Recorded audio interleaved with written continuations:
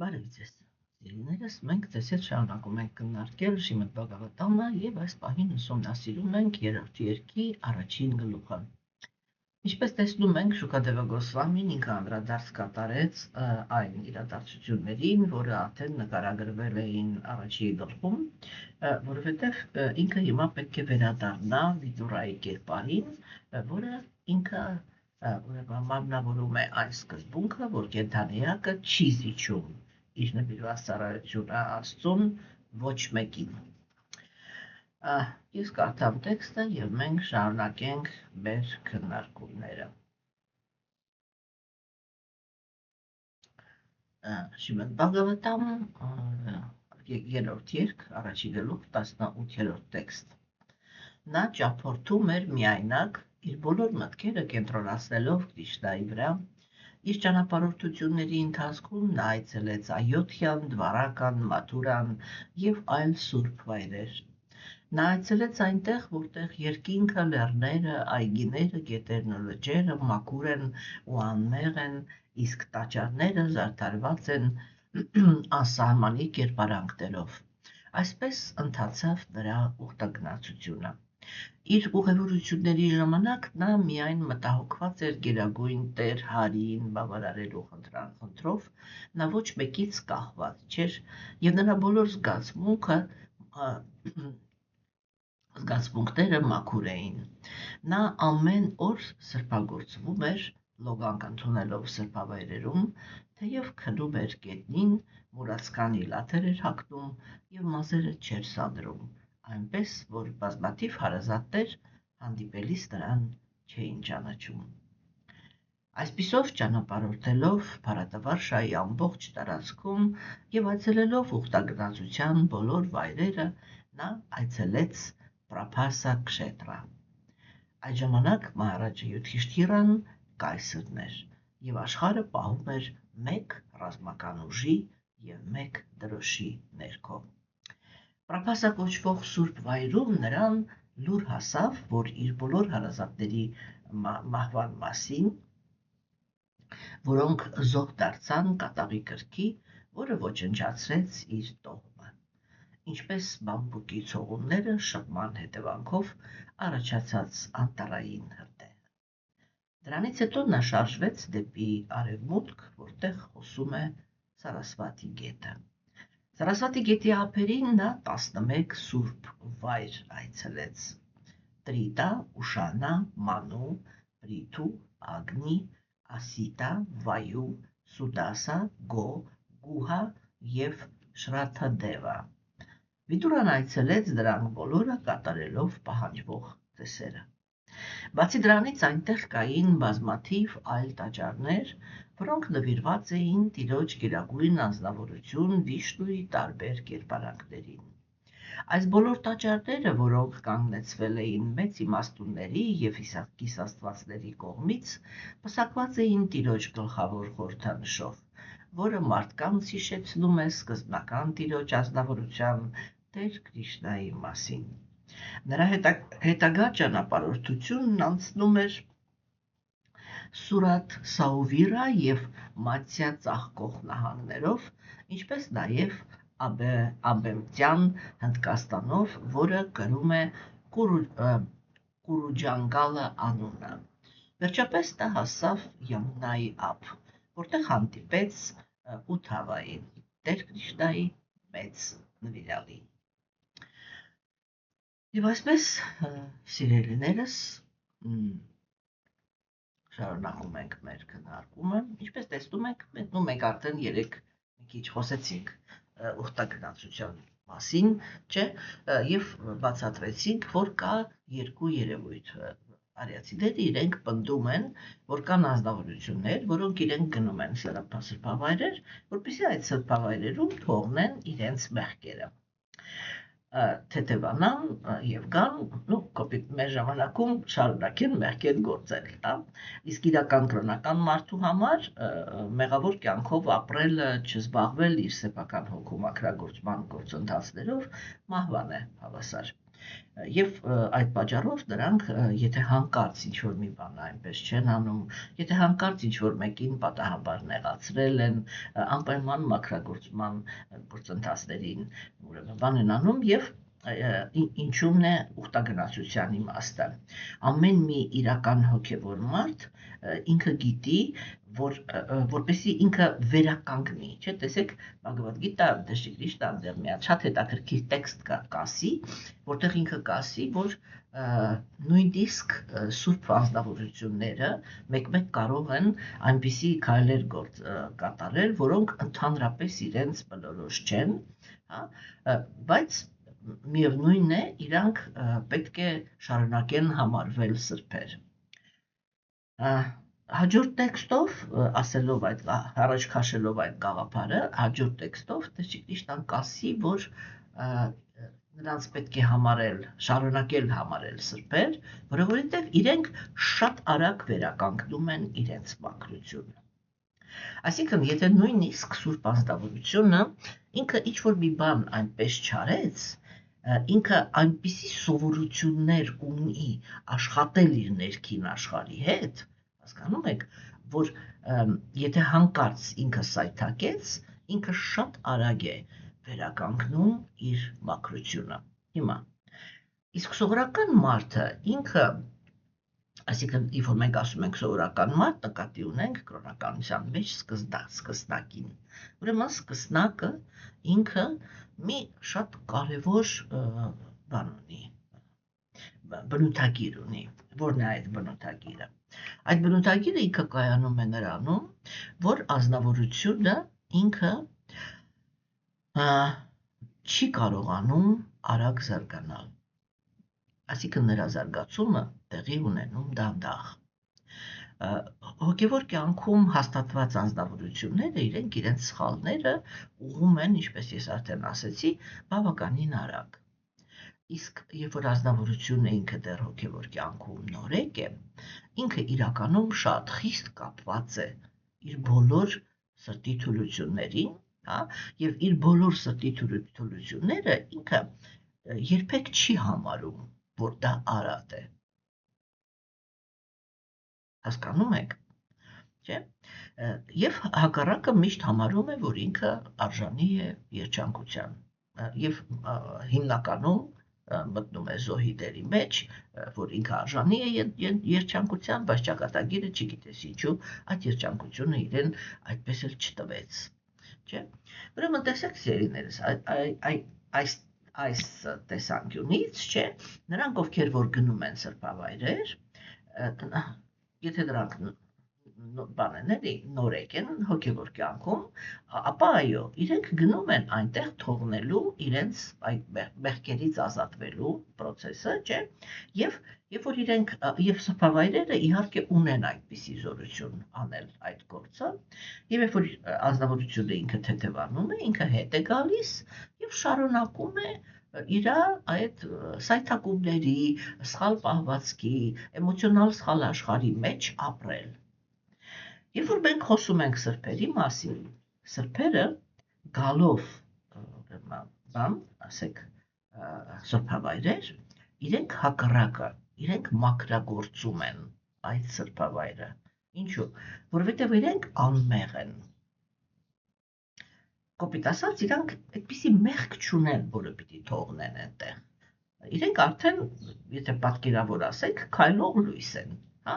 եւ իրենք, երբ որ հայտնվում են ինչ-որ միտեղ, միայն մաքրագործում են այդ տարածքը։ Հիմա, սիրելիներ, չէ՞, եւ մենք տեսանք, որ Վիդուրան ինքը բավականին մեծ, ուրեմն ուխտագնացություն կատարեց, եւ այդ ուխտագնացության ժամանակ կարևորվեց երկու բան։ Առաջինը դա նա էր, որ ինքը հանդիպում էր տաճարներ, որտեղ կային Գերագույն Աստծո աստվածության տարբեր մարմնավորումների աստվածությունները,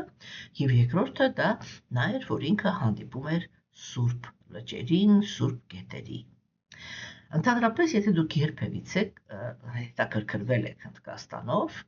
ապա այո, Հնդկաստանը ինքը այսպես ուղղակի բաց երկրի տակ սուրբ ջրերի վայր է, հա։ Այստեղ մի շատ հետաքրքիր ուրեմն մանրուք կար, որը քննարկվեց, Շուկատևը Գոսվամին ինքը ասեց, որ առաջի հերթին Վիդուրան ինքը հանդիպեց Սարասվատի գետին։ Սարասվատի գետը, Սարասվատին ինքը ընդհանրապես գիտելիքի աստվածուհին է։ Եվ ինչքան էլ ուզում է տարօրինակ թվալ, ասենք այն հանգամանքը, որ տղամարդիկ իրենք համարում են, որ գիտելիքը իրականում դա իրենց առավելությունն է, բայց արիացիների կատարմամբ գիտելիքի աստվածուհին ինքը ուրեմն կին է։ Նա Տեր Բրահմայի կինն է, այսինքն բանականության մարմնավորման, այսինքն գիտելիքը ինքը պետք է ծառայի բանականության առողջ վիճակին, որովհետև կինը միշտ ծառայում է իր ամուսնուն։ Ուրեմն սերիներս չէ, երբ որ ասվեց, որ Վիդուրան ինքը առաջին հերթին եկավ ինը Սարասվատի գետի մոտ, չէ, դա նշանակում է, որ որպես ազնվորություն իր համար կարևոր էր գնալ այնպիսի մի վայր, որտեղ կարելի է ստանալ օրհնություն, հաստատված լինել ճիշտ գիտելիքի մեջ։ Չէ, որովհետև մենք կտեսնենք դեռ Բհագավադ Գիտայի 18-րդ գլխում, եթե ես այդքան կյանք ունենամ ու ավարտեմ, ապա դուք կտեսնեք, որ ուրեմն այդտեղ ինքը տեղի ունի այսպիսի մի երևույթ, որ Տեր Քրիստոսն ինքը կասի, որ գիտելիքը նույնպես լինում է 3 գորավիճակների մեջ։ Տգիտության մեջ կենդանիակը ինքը ունի այսպիսի գիտելիք։ Ինքը սևը դնում է սպիտակի տեղ, սպիտակը դնում է սևի տեղ եւ համոզված է, որ գիտի ճշմարտությունը։ Ես սովորաբար ասում եմ, որ իմ համար աշխարհում այդ վիճակից ավելի սարսափելի բան չկա, որովհետեւ բոլոր մնացած սարսափելի բաները սկսվում են այդտեղից։ Եթե մենք ժամանակակից լեզվով ասենք այն երևույթը, որը նկարագրեց Տեր Քրիստոսն, ապա դա ֆանատիկներն են։ Ես հույսով եմ, որ ցանկացած թափպարտ ինքը գնահատում է, թե ֆանատիկների ձեռքով ընդհանրապես ինչպիսի այլանդակություններ են արվել ամբողջ աստվածամեժության դարաշրջանի պատմության ընթացքում։ Դա աննկարագրելի բան է, թե ֆանատիկների ձեռքերով, ասենք, որով ինչի համար, որովհետև իրանք զարգանալու բան չունեն, հակում չունեն, տգիտության գոյավիճակի մեջ գտնվող կենդանիները իրենք զարգանալու հակում չունեն։ Իրանք զարգանալու հակում, իրանք հասկանում են միայն մի լեզու։ Դա բռնության լեզուն է։ Այև որ իրանց հանդեպ կարողացար կիրառել այնպիսի բռնություն, որը ավել է իրանց բռնություն կատարելու հնարավորություններից, այդ ժամանակ իրանք խոնարհանում են եւ կարող են լսել կամ ինչ-որ մի նոր բան վերցնել։ Մնացած բոլոր դեպքերում իրանք շարժվում են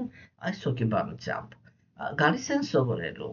եւ երբ որ իրանք գալիս են սովորելու, օրինակ ենթադրենք, ես օրինակի վրա պարսկերով այելի, ենթադրենք եկել է ձեզ մոտ այբուբեն սովորելու։ Տգիտության գոյավիճակի մեջ գտնվող ազնվորությունը ինքը կասի, դե շուշ տարա սովորացրու։ Դու կասես սա A տառն է, ինքը ասես լավ, հասկացա, սա A տառն է։ Բասավորն է, սա B տառն է։ Եղավ, լավ, ես էլ հասկացա։ 5 տառ կսովորի եւ հենց որ ինքը կարողանա մի բառ կարդա, ինքը ասի լավ, всё, ես հասկացա, ես գիտեմ, գնացի։ Հասկանում եք, եւ ինքը կշարունակի ապրել, որ ինքը այբուբեն գիտի, կարդալ կարող է, մենակ նրա հաշվին, որ ինքը այբուբենի 5 տառը գիտի։ Այս է իրանց հիմնական հոգեբանությունը, չէ՞, եւ այդպիսի ազնվորությունների հետ իրականում իհարկե ահավոր բարդ է։ Հիմա Տեր Քրիստոսն ինքը կասի եւ գոյություն ունի գիտելիք, որը ինքը կրքի գոյավիճակի ազդեցության տակ է, այսինքն նրանք, ովքեր իրենց ներքին աշխարհում ապրում են կրքերով, չէ, այսինքն կապվածություններով եւ ատելություններով, նրանց գիտելիքը ինքը ունի իր, ուրեմն այդ էլի, ատցենակ, իր բնութագիրը, որն է այդ գիտելիքը։ Եթե տգիտության մեջ սևը դրվում է սպիտակի տեղ, իսկ սպիտակը սևի, ապա կրքի գոյավիճակի մեջ ազնվորությունը ինքը ոչ մի կերպ չի կարողանում կոնորոշվի, թե այն ինչ որ ինքը տեսնում է, սև է թե սպիտակ։ Եվ կասկածամտությունը գիտելիքի հանդեպ, դա հենց կրքի գոյավիճակի ազդեցության տակ անձնավորությունների բանն է, ամենագլխավոր սիմպտոմն է, չէ՞, տեսեք, օրինակ տգիտության գոյավիճակի մեջ մարդը ինքը, օրինակ ասենք, ինչ-որ գիրք վերցրեց, չէ՞, ինքը երբեք չի մտածում, իրականում ինքը երբեք չի մտածում, որ այն գիրքը, որը ինքը վերցրել է, մարդը, որ այդ գիրքը գրել է, կարող է պատահի հանկարծ իրանից ավելի բան է, իրանից ավելի խելացի է։ Երբ որ ազնվորությունը իր գիտակցության մեջ ունի տգիտության սիմպտոմ, չէ, ինքը վարվում է այսպես։ Ինքը վերցնում է գիրքը, չէ, եւ նախապես վստահ է, որ ինքը այնպիսի բանականություն ունի, որ ցանկացած մարդու մակարդակ, որակ, խոսացած, չասացած, ամեն ինչը կարող է գնահատել։ Այսինքն, որ իր բանականությունը ամենաբարձրն է։ Հասկանում եք։ Եվ ասենք ինքը միշտ էսպես էլի մի հատ վերևից հայացք ունի, որ դե հա, մի քիչ խելոք բաներ ասեց, տիպը ես մի 10 անգամ ավելի խելոք բաներ գիտեմ։ Այսա ինքը տգիտության գոյավիճակի ազդեցության տակ գտնվող բանականությունն է։ Չէ՞։ Տեսեք, որ կրքերի մեջ, չէ՞, մենք երեք արդեն խոսեցինք դրա մասին, կներեք, Բhagavad Gita-ով եմ խոսել դրա մասին, կասկածների ֆունկցիայի, դա հակրած է տեքստեր, չէ՞։ Առավոտը գցեցի, կարող եք լսել, թեկուզ գիշերն է ցայնագրել, հա, հիմա տեսեք, ասենք, չէ, այդ կասկածների ֆունկցիան, չէ, օրինակ տգիտության գոյավիճակի մեջ ազնվորության վերաբերմունքը գիտելիքի հանդեպ այնպիսին է, որ ոչ մեկ չկա, ով ինձանից խելացի է։ Եվ ես իմ խելացիության բարձունքից կարող եմ ուրեմն բոլորին դասնամ ու կարդում եմ ընդհանրապես որ ասեմ, որ այ հա, ինքն էլ գիտի այն ինչ որ ես գիտեի։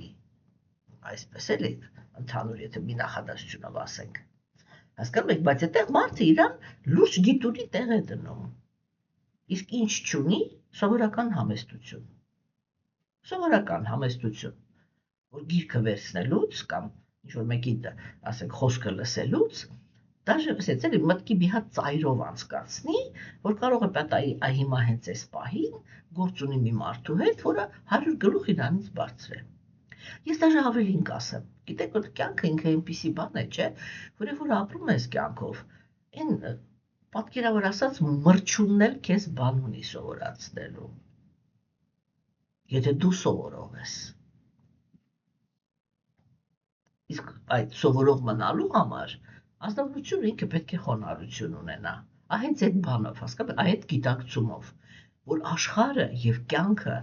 ինքը այնքան իմաստուն է, այնքան հարուստ է, այնքան բազմազան է,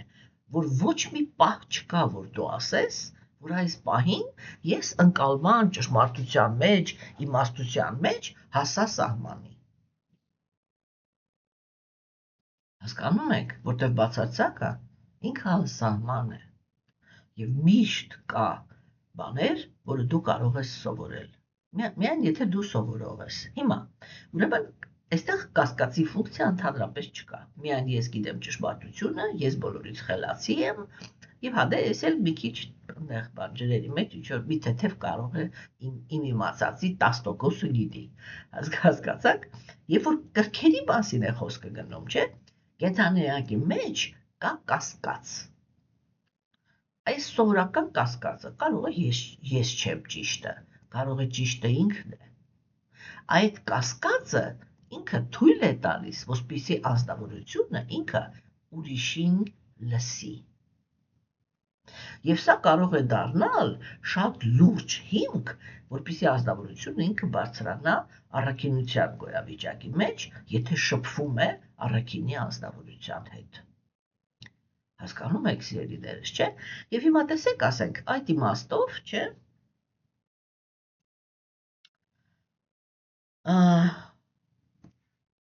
Այդ իմաստով մենք կարողանում ենք տեսնել, որ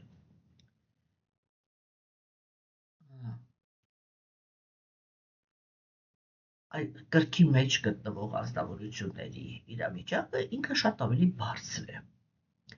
Հիմա, այսինքն, բայց իրենց թուլությունը դա է, որ իրանք չեն կարողանում տարբերել, հիմա սա սև է, թե սպիտակ։ Տգիտության մեջ համոզված ասում են, սա սև է, ցույց տալով սպիտակը։ Իսկ գրքի մեջ ինքը ուղղակի չի կարողանում տարբերի, այ հիմա սա, ես գիտեմ, որ կա սև, կա սպիտակ, բայց այն ինչի հետ ես հիմա գործ ունեմ, սա սև է թե սպիտակ։ Հասկացաք, չէ՞։ Հիմա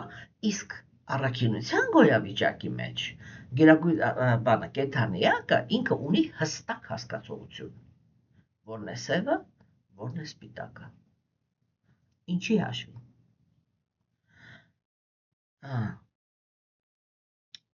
Մաքրության։ Հասկանում եք։ Այդ կենդանիակը ինքը ինչքան ավելի մաքուր է, հա, այդքան ավելի գերագույն Աստծո ազնվորությունը թույլ է տալիս, որպեսզի այդ ազնվորությունը ինքը ավելի ու ավելի իմաստուն դառնա։ Իմաստությունը ինքը միշտ բերում է նյութական աշխարհի հանդեպ հրաժարման։ Հասկանում եք։ Եվ այդ նյութական աշխարհի հանդեպ հրաժարումը ինքը շատ կարևոր գործոն է, որպեսզի կենդանիակը ինքը կարողանա նյութական աշխարհից դուրս գա։ Մենք լքում ենք հոգին, ինքը լքում է միայն այն վայրը, որտեղ իրեն ոչ մի բան չի հրապուրում։ Հասկանում եք, նյութական աշխարհը ինքը անշուշտ ունի պոտենցիալ կենդանիակին հրապուրելու։ Ուղղակի նյութական աշխարհի բնությունը ինքը մի քիչ նման է այդ ֆիլմերի կախարդներին, հա, որոնք ասենք, բան ընդունում են այսպես փերի տեսք, հա, եւ գալիս են ինչ-որ մեկի մոտ, բայց իրանց մտքում իրանք վատ մտադրություններ ունեն, չէ՞։ Նյութական էներգիան ինքը կենդանիակին անհանգստություններ պատճառող էներգիա է։ Դա մի էներգիա է, որտեղ կենդանիակը ինքը իրականում չի կարող իրան զգալ կոմֆորտ։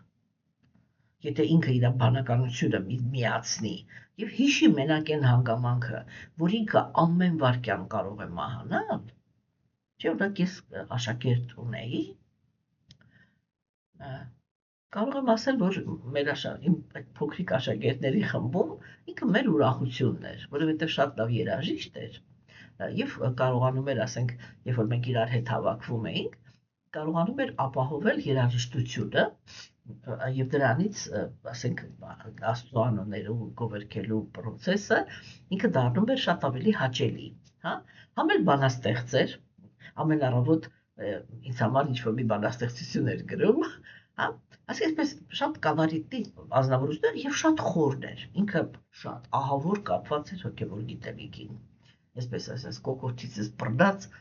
բաներ անում, որ ավելին եմ ուզում, ավելին, էս էլ ասեք, էն էլ ասեք, սա էլ բացատրեք, դա էլ բացատրեք, հա։ Ու գիտեք, ինքը բավականին երիտասարդ էր, ընդամենը 52 տարեկան էր։ Եվ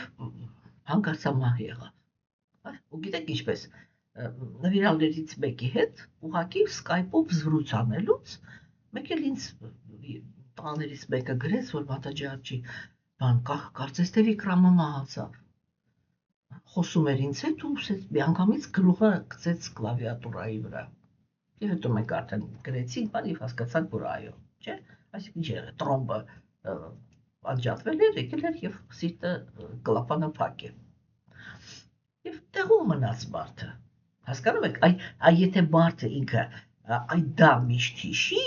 իսկ հոգին ինքը չի կարողանում հիշել, որ ինքը ժամանակավոր է, որտեղ ինքը հավերժ է։ Հասկանում եք, ու կենդանիակը ինքը ամեն վարքյան ապրում է այնպես, ոնց որ թե ինքը միշտ եղել է։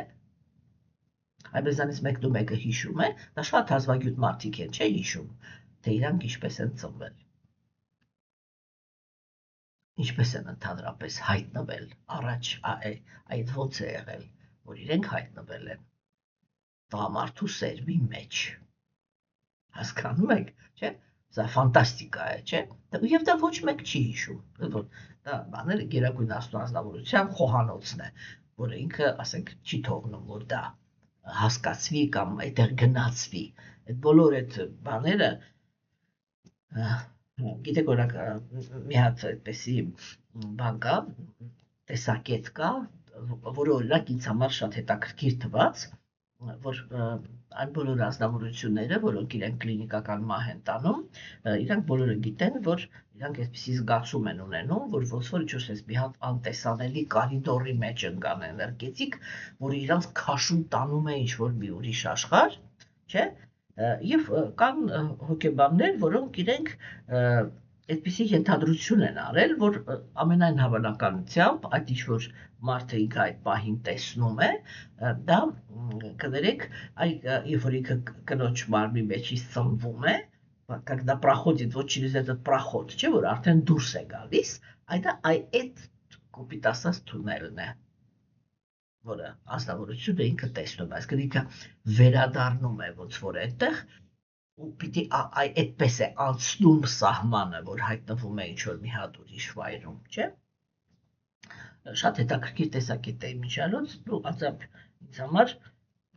բավականին ընդունելի է, 80%-ով ընդունելի է, որ իրականում այո, դա հենց այդպես է լինում է, թեկուզ եւ մարդուն այդտեղ ուրիշ բաներ են թվում։ Եվ տեսեք սիրելիներս, չէ՞, այսինքն եթե անձնավորությունը ինքը կարողանում է հիշել իր ժամանակավորությունը, չէ, իր կյանքի ռիթմը, կյանքի մոտեցումը կյանքին, չէ, կամ ասենք այդ որովհետև եթե մեր կյանքը ինքը ինչ-որ այսպես դժվարություններ ունի, այդ դժվարությունների մեջ անձնավորությունը ինքը միշտ կյանքից հիասթափվում է, չէ, հատկապես մենք հայերով շատ հաճախ ենք ասում մեռնեի պրծնեի, բայց եթե մարդը ինքը մի քիչ թափ վիճակի է գալիս,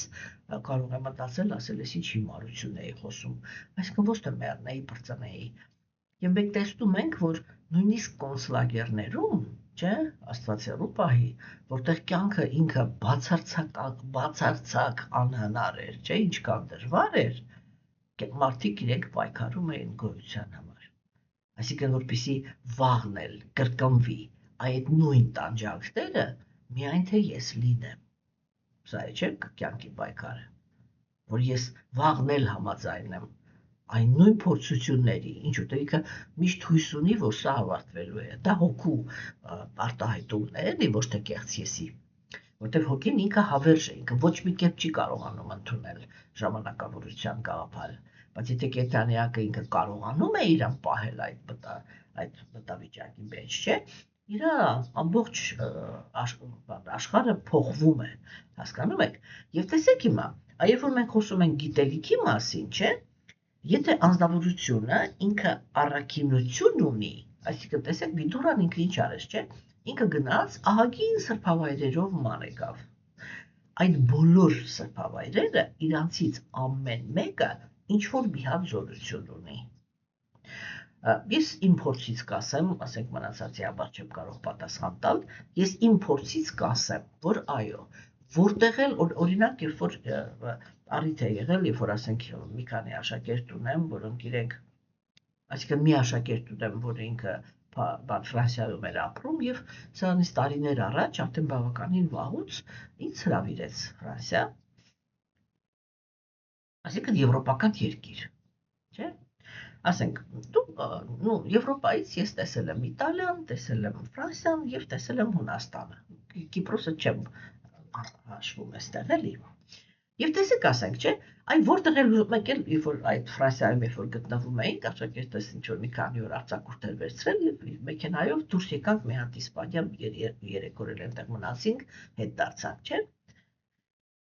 Այն վրոջի տաճարներ են, բան էպիսի հզորության, այսպես մեծ, ահռելի, գեղեցիկ, պրոստո զարմանում ես, թե ինչքան աշխատանք է այդտեղ արված, հասկանում եք, բայց այդ զգացումը, գիտեք, չէ՞ որ այդ բոլոր կառույցները իրանք անցել են ինկվիզիցիայի դարաշրջանով։ Եվ իրանց մեջ այդ սև, անարդար, կեղտոտ էներգիան, չէ, այսպես կուտակված է իրականում։ Եթե մարդիկ իրանք զգայուն են, իրանք չի կարող պատահի, որ դա չզգան։ Որ արտաքինից, ճարտարապետական տեսանկյունից շատ ազդեցիկ ուրեմն կառույցները, իրանք էներգետիկ իմաստով ահավոր ծանր ուրեմն բանն են, չէ՞։ Եվ ես օրինակ իմ փորձից ես կարող եմ ասել, տեսեք, հետո ասենք աշակերտներ ունեմ, որ մի քիչ կայացած ընտանիքներից են, եւ իրանք այս ընթացքում ինձ մի քիչ տարան դեպի Եգիպտոս, չգիտեմ, Դուբայ, չգիտեմ ինչա, այդպես մի քանի օրով գնում գալիս էինք։ Գիտեք, ասենք, ոչ էլ մի առանձնապես Եգիպտոսում բուրգերի մոտ կա այդ Իբինա Զուլալ էլի, այդ մակրագործող էներգիա, հասկանում եք։ Բայց օրինակ Հնդկաստանը այդ իմաստով, ես կարծում եմ, որ մեկ էլ այդպիսի դա պիտի լինի Չինաստանի տաճարները, հա, որտեղ բուդդիստները իրանք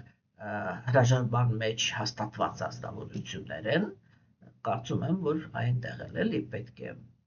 է որ այդ բանում էներգիա, յուրահատուկ էներգիան լինի, էլի։ Գիտեք, օրինակ արտաքինից նայում ես, չէ, թողնիզներ են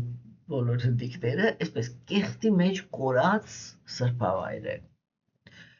Եվ որ գիտեք ոնց էլի, որ ասենք սրբավայրեր կան, որ երբ որ մոտենում ես, ես անկեղծ իմ զգացումը ասեմ, թողից բոլորը ներեմ, բայց չեմ կարող չասել էլի։ Գիտեք, այսպիսի ցանկություն ես ունենում, էլի, որ ես պրոստը բոլոր հնդի, ասես ամեն մի պատահած հնդիկին վերցնես ու ծեծես։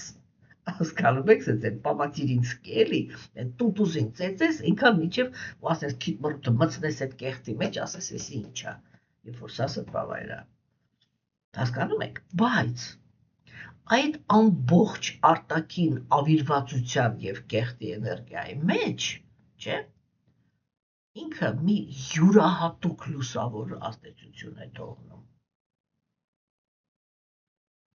Եվ դա է պատճառը, որ շատ ու շատ էզոտերիկներ, չգիտեմ, մարդիկ, որոնք իրենք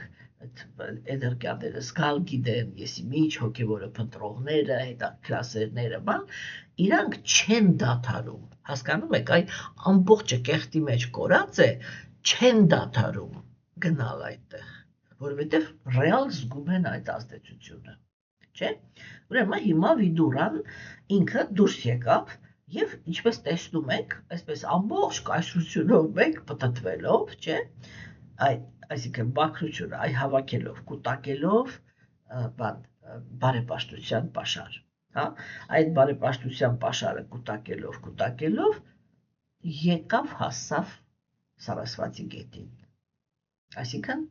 հիմա ինքը եկավ մի վայր, որտեղ ինքը կարող է օրհնություն ստանալ, միշտ հաստատված լինել ճիշտ գիտելիքի մեջ։ Հասկանում եք։ Ես ճիշտ ասած չգիտեմ, հայերը ունեցել են հեթանոս ժամանակ իրանք ունեցել են գիտելիքի աստված կամ աստվածուհի, Վահագնը երևի համարվե, որտեղ սովորաբար արդեն երբ որ հեթանոս աշխարհներ ծաղկում, արևն էր համարվում գիտելիքի աստվածը, չէ՞, գիտելիքի աղբյուրը, որտեղ այո, արևը որ դուրս է գալիս, մեր ընկալման ապարատը ինքը միանում է, չէ՞։ Այսինքն իսկ ընկալման ապարատը դա հենց գիտելիքն է։ Ուրեմն սիրելիներս, առաջերտին ինչու եմ ես սրա վրա ուշադրություն դարձնում, որովհետև վերջին հանգրվանը, որը մենք այստեղ ձեզ հետ կարդացինք, դա Յամունա գետն էր։ Եվ սա շատ կարևոր է, որովհետև Սարասվատին ինքը գիտելիքի ուրեմն գետն է, իսկ Յամունա հոգևոր տրամադրությունն է։ Այսինքն, տեսեք, շատ կարևոր է, թե Վիդուրան ինքը ինչ հերթականություն էր ընդունել։ Ինքը չգնաց սկզբում Յամունա, հետո Սարասվատի, որովհետև դա անհնար է։ Անհնար է խորասուզվել հոգևոր տրամադրությունների մեջ առանց համապատասխան գիտելիքի։ Գիտելիքն է բերում էմոցիայի։ Հասկանում եք, սիրելիներս։ Եվ սա ինքը շատ կարևոր հանգամանք է, որ հենց գիտելիքն է, որ բերում է էմոցիայի։ Հիմա, ուրեմն Վիդուրան ինքը այդպես վարվեց, որ սկզբից գնաց եւ օրհնություն ստացավ Սարասվատի գետից եւ դրանից հետո շարժվեց եւ գնաց հասավ դեպի Յամունա։ Եվ շարունակենք, տեսնենք, թե ինչ եղավ հետո։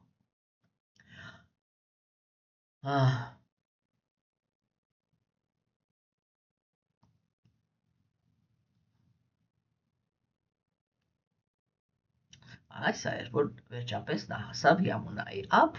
որտեղ ինքը հանդիպեց Ութավային, հա, Տեր-Շի Կրիշնայի մեծ նվիրալին։ Ուրեմն մենք իրականում Ութավայի հետ հանդիպելու ենք, որովհետև Վիդուրան հիմա հենց այդ հանդիպումն է տեղի ունենում եւ այստեղ մենք ձեզ հետ շատ հետաքրքիր մշակույթ ենք քննարկելու։ Ութավան ինքը արտաքինից ինքը ոնց որ Տեր-Շի Կրիշնայի կլոնը լիներ։ Այդպես իրանք իրար նման էին։ Իրանք այնքան իրար նման էին, չէ, որ նվիրալներ կային, որոնք չէի կարողանում տարբերեին, որն է Կրիշնան, որը Ութավան։ Ու տարբերում էին միայն հագուստով, որտեղ իրանք շատ լավ գիտեն, թե ասեք Տեր-Շի Կրիշնան ինքը ինչպես է հագնվում, Ութավան ինքը ինչպես է հագնվում։ Իսկ այդպես իրանք բացարձակապես նույն արտաքինը ունեն։ Ութավան ինքը Տեր-Շի Կրիշնա Գերագույն Աստծո ազնվորության մտերիմ ընկերներից մեկն է։ Ժամանակին, երբ որ մենք ձեզ հետ սկսենք քննարկել 10-րդ երգը, այսինքն Գերագույն Աստծո ազնվորության անձնական կյանքը, որը ինքը ցուցադրել է, երբ որ 5000 տարի առաջ այստեղ էր, մենք կտեսնենք, որ Ութավայի Տեր-Շի Կրիշնան ինքը մի շատ յուրահատուկ կոնֆիդենցիալ առաջադրանք կտա։ Այդպիսի առաջադրանք կարելի է տալ միայն այն ազնվորությանը, որին դու յուրահատուկ կերպով վստահում ես։ Եվ այո, Ութավան ինքը շատ խորը ազնվորություն է, նույնիսկ հոգևոր աշխարհի համար։ Հոգևոր աշխարհում իր դիրքը բավականին բարձր է, եւ ինքը այն ազնվորություններից է, որը ինքը գիտակցում է, հա, մենք ձեզ հետ չեմ հիշում խոսել ենք դրա մասին, թե չէ, որ կան ազնվորություններ հոգևոր աշխարհում, իրանք կոչվում են սպոնտան նվիրալներ, դրանք այն նվիրալներն են, որոնք ընդհանրապես չեն ուզում իմանալ, որ Տեր-Շի Կրիշնան ինքը Գերագույն Աստծո ազնվորությունն է։ Ինչու համար, որովհետև Գերագույն Աստծո ազնվորությունը վերջնականում ինքը ուզում է բոլոր տեսակի վայելքները համտեսել։ Եվ եթե կենդանիակները իրանք մշտական հիշեն, որ ինքը Աստված է, հասկանում եք, ինքը ծառայողական տրամադրություններից բացի կենդանիակներից ուրիշ ոչինչ չի կարող ստանալ։ Բացարձակապես ոչինչ։ Որովհետև կենդանիակը ինքը անսահման փոքրիկ է,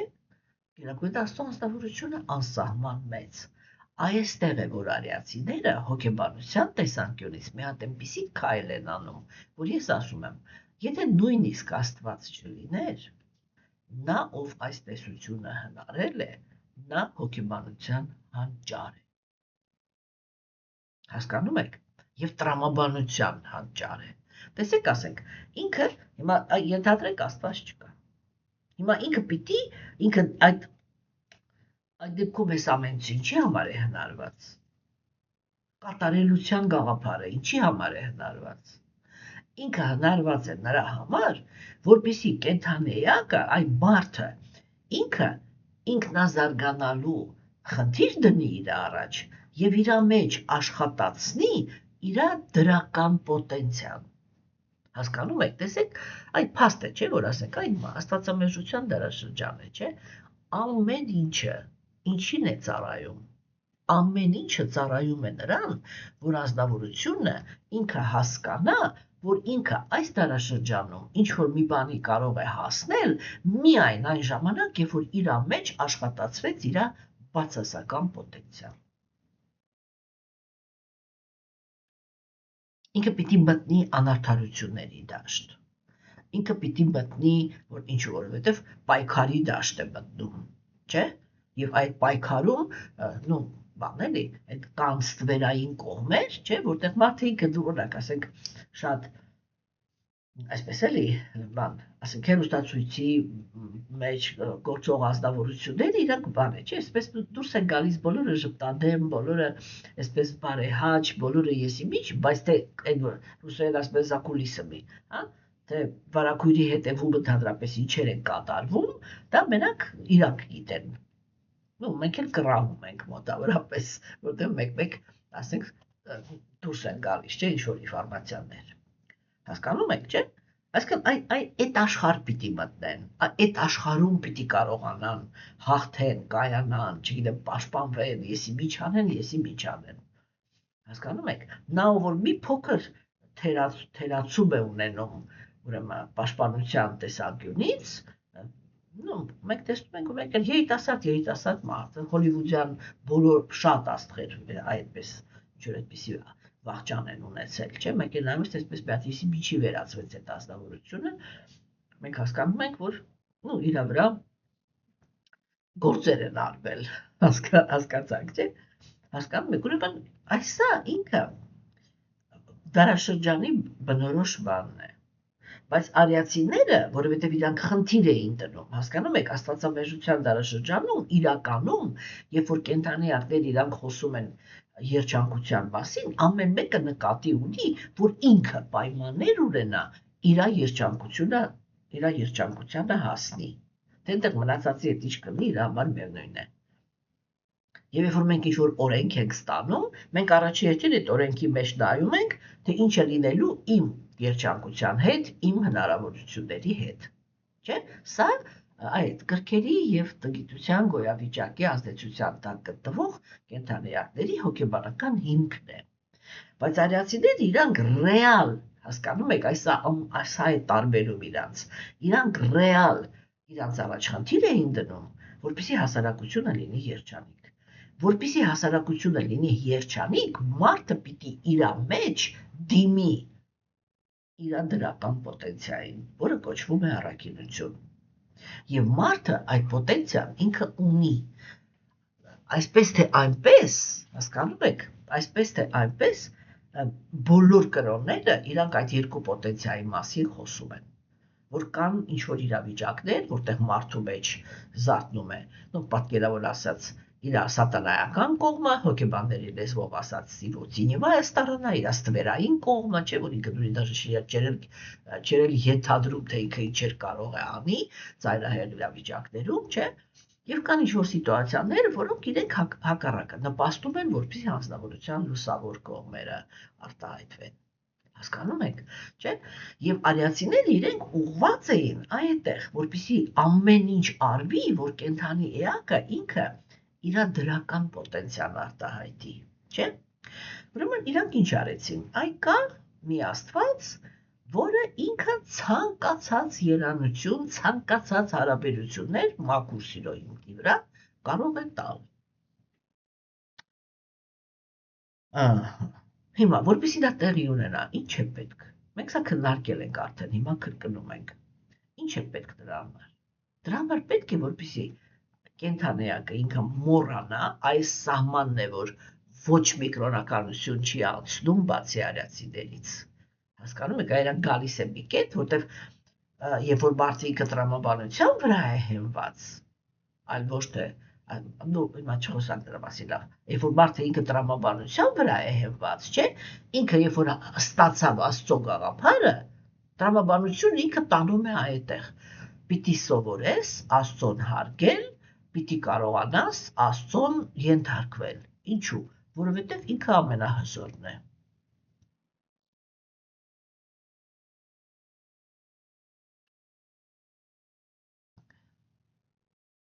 Եվ այդ գաղափարախոսությունը հոգևոր մարդկանց դարձնում է հոգեբանորեն ստրուկ։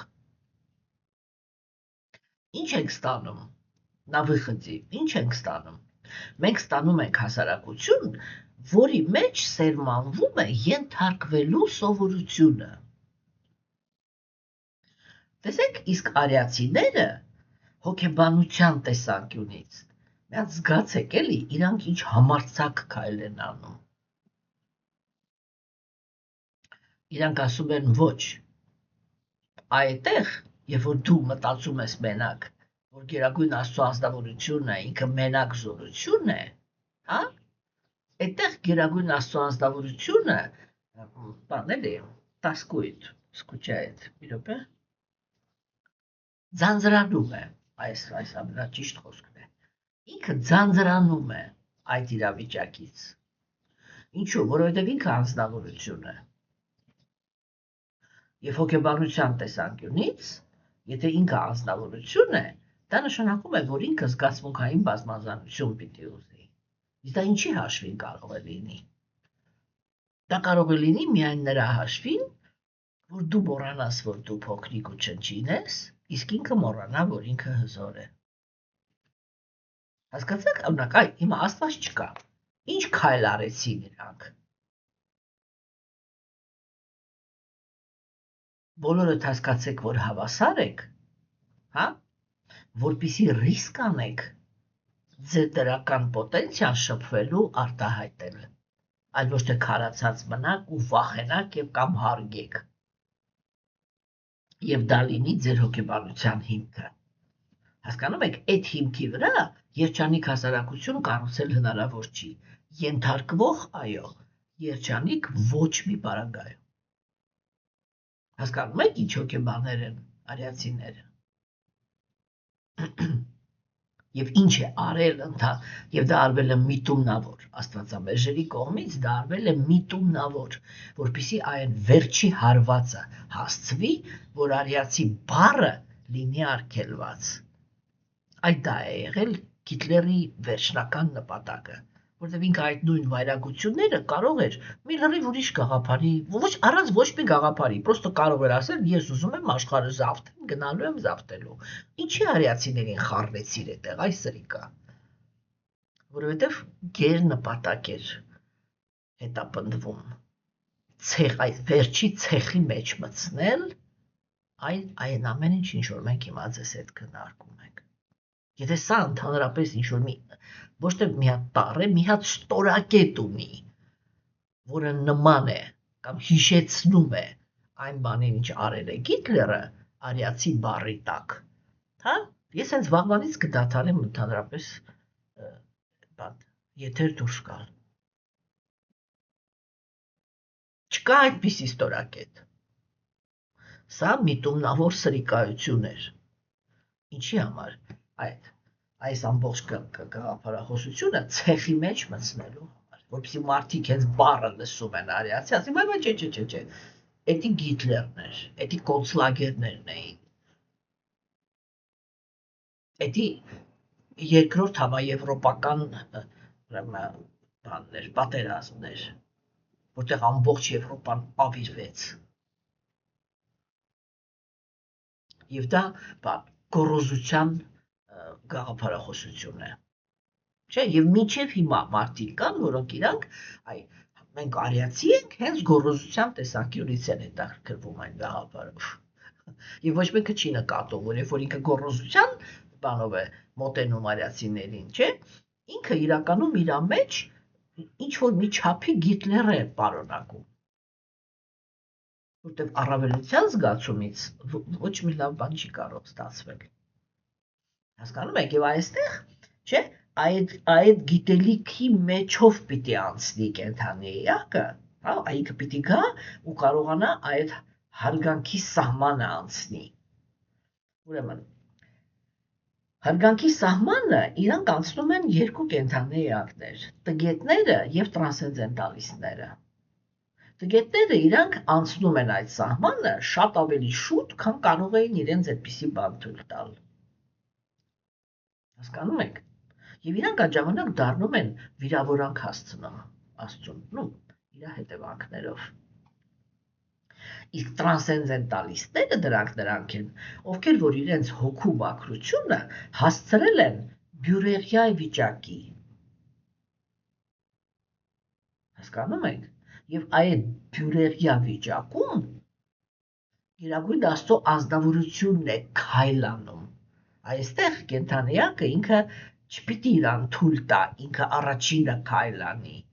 Որովհետև յոգերը, երբ որ իրանք մեդիտացիայի մեջ կենտրոնանում են, այն արդեն տեսնում են, այս սեփական աչքերով տեսնում են Գերագույն Աստծո ազնվորությունը,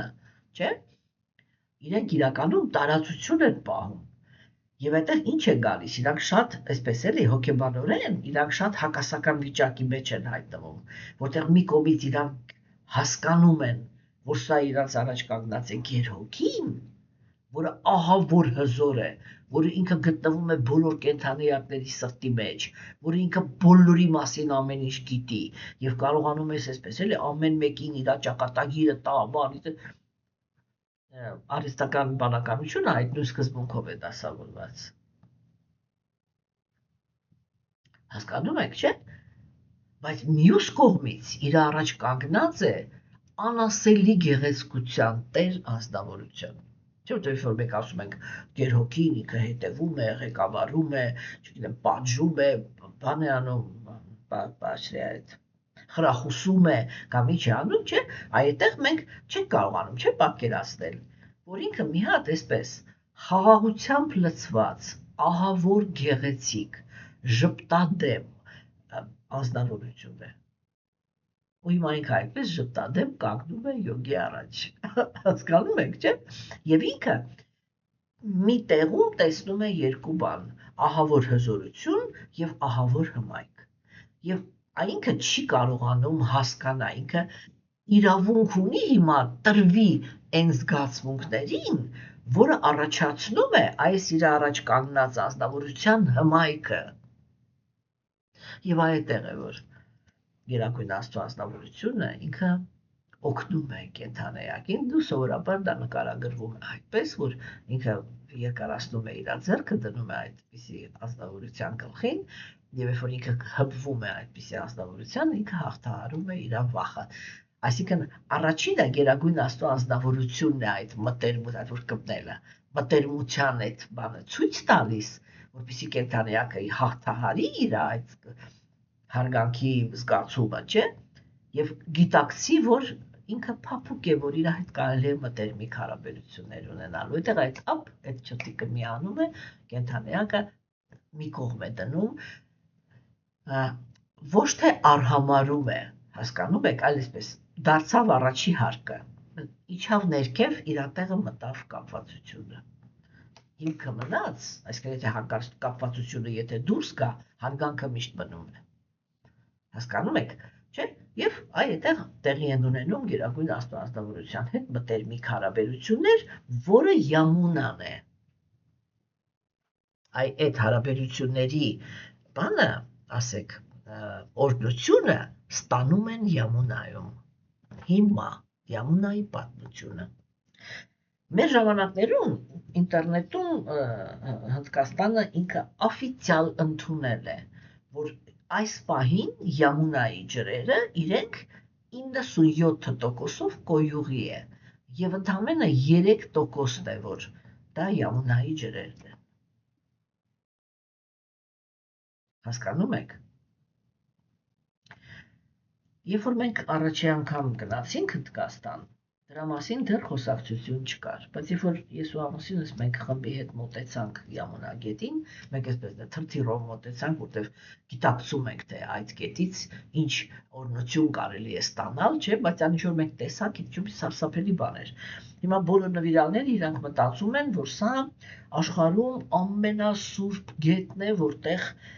լոգանք ընդունելուց կարելի է ստանալ օրհնություն Աստծո հետ մտերմիկ հարաբերությունները վերականգնելու։ Յամունան ինքը ռեալ ունի այդ ուժը։ Եվ դու նայում ես ու դու հասկանում ես, որ սա ուղղակի հնդիկների կղկղանքն է այստեղ հիմա լողանում։ Կոյուղին։ Դու իմ ամուսինը ինքը այդպիսի հարցերում մի քիչ ավելի չորոտ բնավորություն ունի, որտեղ ինքը Ղարաբաղցի է։ Ինքը կատեգորիկ հրաժարջ, ինքը բան է, էլի, որ փոքրամարմին է, միշտ հնարավորություն ունի պահկվի դրա հետևը։ Այ հենց որ իրան ինչ-որ մի բանը դուր չի գալիս, չէ, ինքը անմիջապես պահկվում է նրա հետևը, որ ես ինձ լավ չեմ զգում, բան չեմ կարող, հետո վատանալու եմ, այսօր չեմ կարող լողանալ, չգիտեմ ինչս է ցավում, բան այդպես է դրա հետևն է պահկվում եւ չի անում։ Մնացի ես։ Հասկանում եք։ Մնացի ես ու այդ աշակերտները, որոնք իրենք հավատով եկել են այսպես վճռականորեն, արդեն սկսել են հանվել, ես հիմա չես կարող, չէ՞, ասենք այդպիսի սիտուացիա ցույց թույլ տաս, որ դուք ուրեմն բանն եք, խմբի այսպես կոչված ղեկավարներն եք, դուք այստեղ ձեզ ենք բոլորը հեղինակություն համարում, բոլորը մտնեն այդ Յամունայի մեջ, դու չմտնես։ Դե ես ինչ եմ զգացել մինչև մտել եմ այդ Յամունայի մեջ ու դուրս եմ եկել, դա երևի մենակ Աստված գիտի։ Բայց ես էլ, ասենք, ես այդ քայլը արեցի, որպեսզի հանկարծ ամուսնուս հանդեպ այդպիսի բան չլինի, էլի, որ բան չմտան իրանք եսի միջ։ Բայց միևնույն է, ես ասող եմ, էլի, այդպես չի, ասենք, ճշմարտությունը ասող եմ։ Ու ես բան արեցի, մի կերպ զորով այդ լոգանքը ընդունեցի ու դուրս եկա, ասեցի, սա Յամունան չի։ Նվիրալները ինձանից էպես կասկա բալով էսպես նայեցի, շանտարված, էլի, ռազրիվ շաբլոնը, որտեղ բոլորը մոտենում, գիտեք, բոլորը իրանց այսպիսի հոգեբանությամբ են էլի մոտենում, որ իրանք շատ կարդացել են, որ սա Յամունան է, որ Յամունայից ինչ կարելի է ստանալ, որ ազնվորությունը ինքը պիտի ուշադրություն չդարձնի այդտեղ, ինչն է կեղտոտ, ինչը կեղտոտ չի, ինչը ինչպես է, միևնույն է պետք է այդտեղ լոգանք ընդունել, հա։ Մեկ էլ ես արջին վեր կացավ, ասեց սա Յամունան չի, այսքան ուստը Յամունան չի։ Ու շատ նվիրալներ իրանք այսպես ես զգացի էլի, որ իրանք այդ բանի մեջ մտան, կծկվեցին էլի, ոնց որ տես ինչ ասեց այս կինը։ Եվ այդ դրանից հետո էր, որ մենք դուրս եկանք եւ մեկ էլ մի որոշ ժամանակ հետո այդ նույն մարդիկ, որ իրանց հետ եղել էին, իմ հետ եղել էին Յամունայում, իրանք ինձ այդ բանը ուղարկեցին, որ Հնդկաստանի բաներում ուրեմն հայտնվել էր այդ հայտարարությունը, որ բանի Յամունայի գետի մեջ դա 93% կոյուղի է, ընդամենը 3%։ Այսինքն կերակ հենց ես դա էլ ասում էի։ Եվ երբ որ այդ հայտարարությունը ինքը հայտնվեց, դրանից հետո ես, երբ որ մենք գնում ենք Յամունայի ափ, ես կատեգորիկ թույլ չեմ տալիս, որպեսզի որևիցե մեկը ընդհանրապես, ես այդպես էլ ասում եմ, թե դες դուր եք գալիս ընդգնդիկների, կղկղանքների մեջ լող տալը, խնդրեմ, կարող եք այդ զբաղմունքով զբաղվել։ Ինձ դա ես խորհուրդ չեմ տալիս։ Բայց կա մի ուրիշ բան, որ ինքը ռուսլարիկի, ոնց է այրեն, այդ տեղը, այդ բանը, որտեղ որ հոսում են այդ ջրերը, չէ, այդտեղ իրոք ռեալ եղել է Յամունան, եւ իմенно այդ տեղը, ոչ թե ինքը ջուրը, այլ այդ տեղը, ինքը Յամունայի էներգիան պահպանել է։ Եվ այո, դու պրոստը մոտենում ես այդ տեղի ափին, ինչքան էլ ուզում է այդտեղ կոյուղի ֆրֆր, հա, երբ որ դու մոտենում ես այդ ափին, ուղղակի նստում ես այդ ափին մեդիտացիոն վիճակի մեջ, եւ ուղղակի я это называю просто пребывать, հա, ուղղակի դու այդտեղ կաս, հա, այսպես թույլ ես տալիս, որ ոնց որ եթե դու ջրի մեջ մտնես, չէ, կամ օդում ես, չէ, որ ինքը քեզ էս բոլոր կողմերից բան է անում, չէ, բարուրում է։ Այդպես, եթե դու այդպես ես անում, ինքը Յամունայի էներգետիկան ինքը քո մեջ մտնում է։ Բայց այնտեղի ջուրը ինքը դու ընդհանրապես այս պահին բան չի։ Հիմա տեսեք, ես հարց եմ տալի, այն նույնիսկ հնդիկները, որ գիտելիք ունեն, ով է Յամունան, ինչպես կարող էին իրենց թույլ տալ օգտագործել Յամունան որպես կոյուղի։ Տեսեք, 100 հատ բան կանենք, չէ, որ ժամանակակից քաղաքակրթությունը, դա իր ձևն է, որ ինքը իր ամեն ինչը ուղարկում է ջրի մեջ։ Արիացիները, որ շատ չափազանցված ասեմ, մարդուն կսպանեին, եթե տեսնեին, որ ինքը գետի մեջ թքեց։ Էլ չեմ ասում ուրիշ բան արեց, չէ, օրինակ երբ որ ես առաջի անգամ կարդացի, իմ մեջ մի հատ հարց առաջացավ, ասի չհասկացա, այսինքն ձկներին կարելի է ջրի մեջ ինչ ուզում ես անել, մարդուն ոչ, ինչու։ Բայց երբ որ ես նայում եմ, թե այդ մեր քաղաքակրթությունը, որը նույնպես սկսեց այդ նույն իր բաները ուղարկել իմինը ջրի մեջ, չէ, որ առաջներում դա անում էր այնպես, որ ինչպես որ գյուղերում էր, չէ, փայտե բաները, то есть հողի մեջ։ Դու կերակուրը ստանում ես հողից եւ հողին ես վերադարձնում։ Այն ամենը, ինչ որ օրգանիզմը ինքը իրան պետքական չէր։ Հասկանում եք։ Եվ դա նորմալ իրավիճակ է։ Իսկ ջրի մեջ, հասկանում ենք, որ այդտեղ ամեն տեղ չի, չէ, որ կարելի օրինակ այդ ջուրը խմել։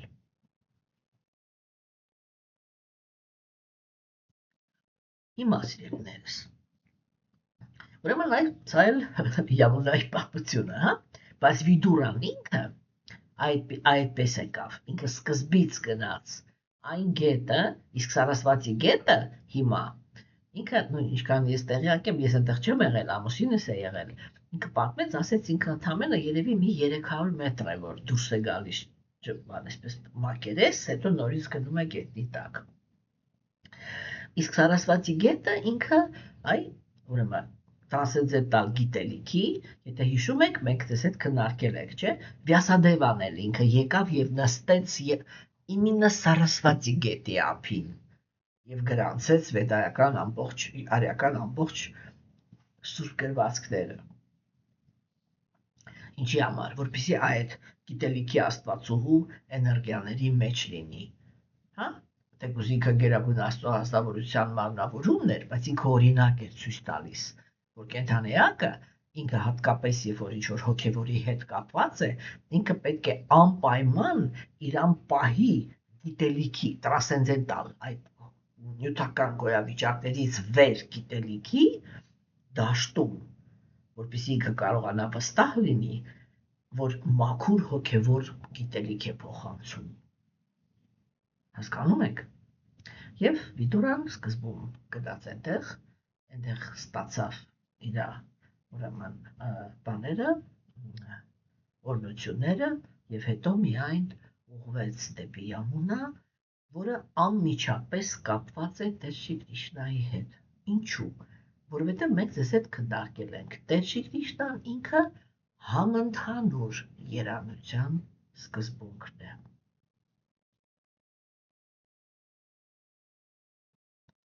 Հասկանում եք։ Եվ ուրեմն այսօր էլ այսքանը։ Իսկ թե եւ այդտեղ ինքը հանդիպեց Ութավային, որի մասին մենք արդեն մի թեթև խոսեցինք։ Իսկ թե ինչի մասին կզրուցեն Ութավան եւ Վիդուրան, դա շատ հետաքրքիր խոսակցություն է։ Այդ խոսակցությունը մենք արդեն կքննարկենք վաղվանից։ Իսկ այսօր այսքանը, ստեսություն ձեզ։